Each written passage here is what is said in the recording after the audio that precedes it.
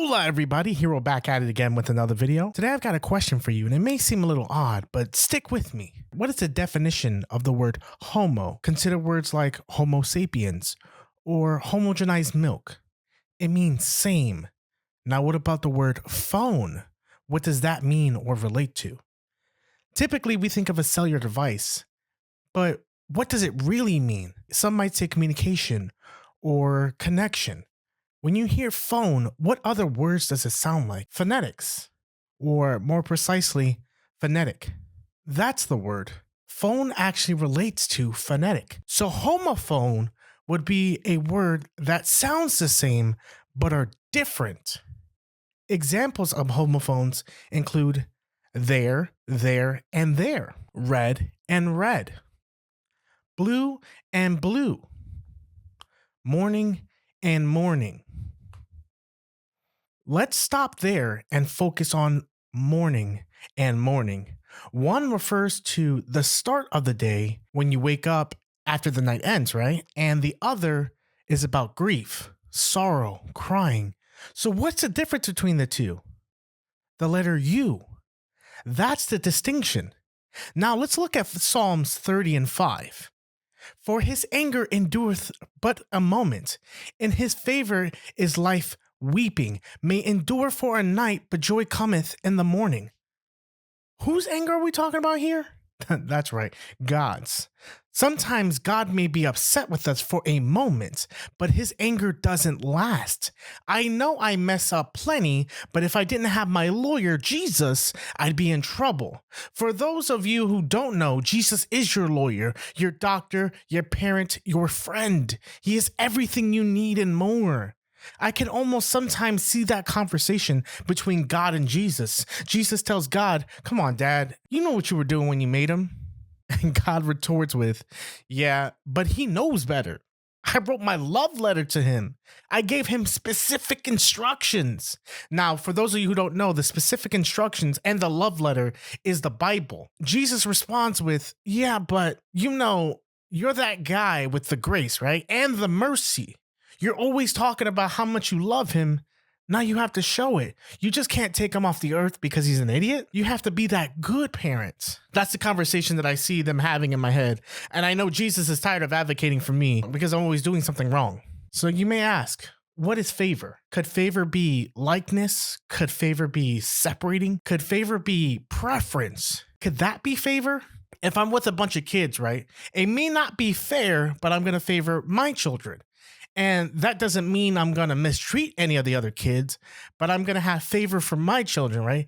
If I've got $6, if I got 5 kids and I only have $6, very likely my child, one of my children, would get that extra dollar. Better yet, I have 6 pieces of candy. I'll probably give my child my favorite to my child and then whisper to them, "Here, take this. Don't tell nobody, all right? Just take this piece of candy and go." Favor isn't something you earn. It's given freely by God's grace. Let's think about that verse again. Weeping may endure for a night, but joy cometh in the morning.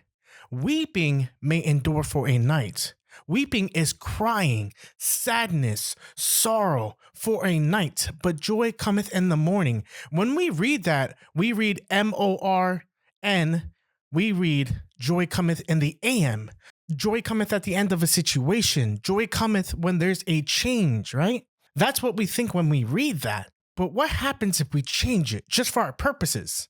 Now, we do know that the Bible specifically says we're not supposed to make any changes to the Bible. We know that, right? So we're not going to change the Bible. I'm offering a different concept. I'm offering a different idea, a homophone, one could say. So we change that to MOURN, but joy cometh in the morning. Joy cometh in the sorrow, because we talk about weeping and the synonym for weeping is sorrow. So joy cometh in the morning, joy cometh in the sorrow, joy cometh in my trial, joy cometh in my tribulations. But let's pause there and ask, does that even make sense though? Does it make sense that joy can actually come from sorrow? Does it make sense that joy can actually come in the sadness? That joy can come in the heartbreak? For those of you who don't understand, think about when the average person truly talks to the Lord. I'm not talking about saying grace or a quick prayer like, Lord, give me traveling mercies. I'm asking, when do people actually pray to God? When they're at their lowest, asking for help, or when they're living their best lives? Do they flood him with prayers in the moments of struggle, or do they forget to acknowledge him when things are going well because they're too busy enjoying the life he gave them? I can tell you from my personal experience, it's not when they're up. And I'm a testimony for that. When you're up and you're living it, but when you're down and the Lord is the only one who can help you, we're quick to run to him. I need you to understand that God is at his strongest when we're at our weakest. That's because we actually give him the space to work. We seek him, we praise him, we do the work for him to come in and make a change in our life.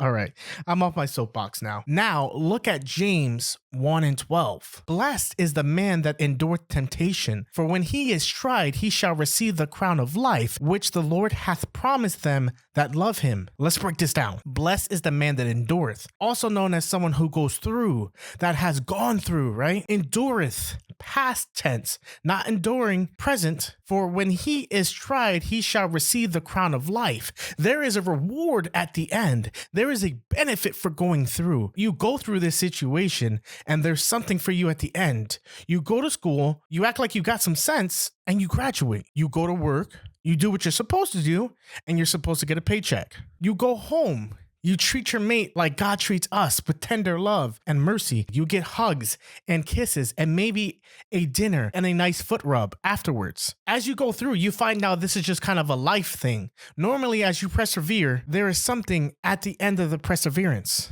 You may be asking, why is this concept so important? Deuteronomy 8:2. That sounds like a dance, right? Deuteronomy.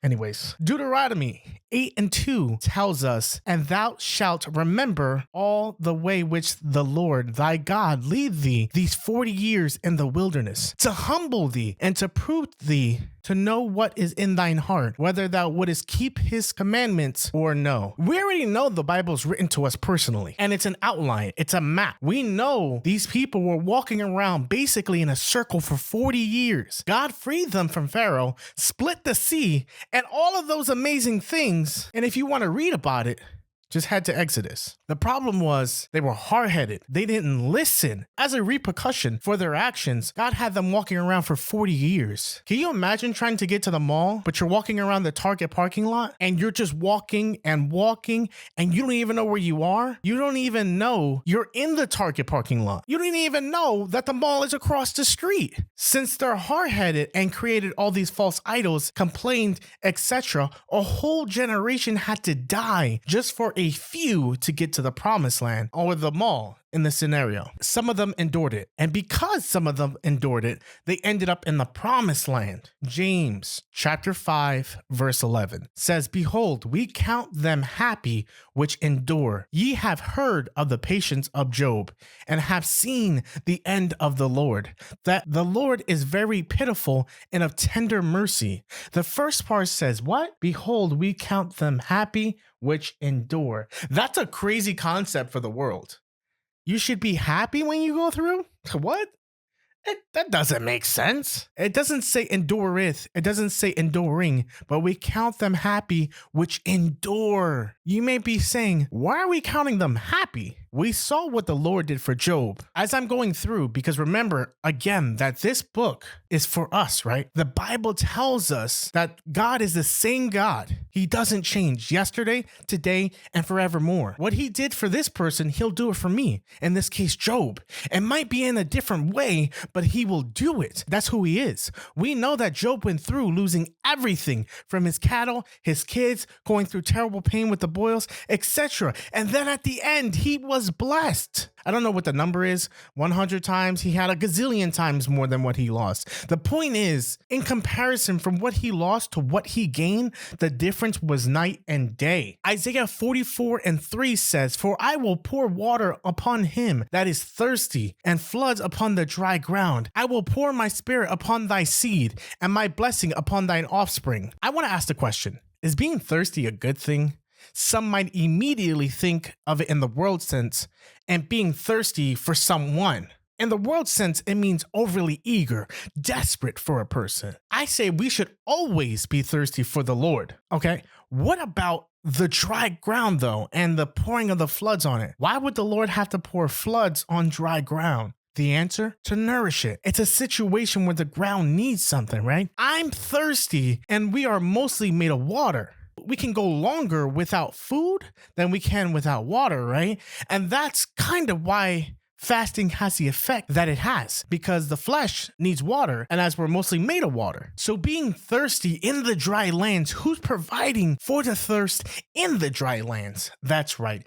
God is. Proverbs 16:3 states, "Commit thy works unto the Lord, and thy thoughts shall be established." Who are we working towards? Who are we working for? Who are we committing our works to? The answer to all of those questions is the Lord. That being said, enduring is a type of work, right? Romans 8:18 says, "For I reckon that the sufferings of this present time are not worthy to be compared with the glory which shall be revealed in us." I'm telling you, I believe, I suppose, I reason that what you are going through today, the situations that you are surviving right now, are not to be compared to the glory that shall be revealed. Shall is future. Shall is definitive. Shall is like, ooh, yeah, it's coming. And it's going to happen. Galatians chapter 6-9 encourages us, "And let us not be weary in well-doing, for in a due season we shall reap if we faint not." Let us not be worried about doing the things that we all know we have been trained for or are being trained for. Let us not be worried. Let us not be stressed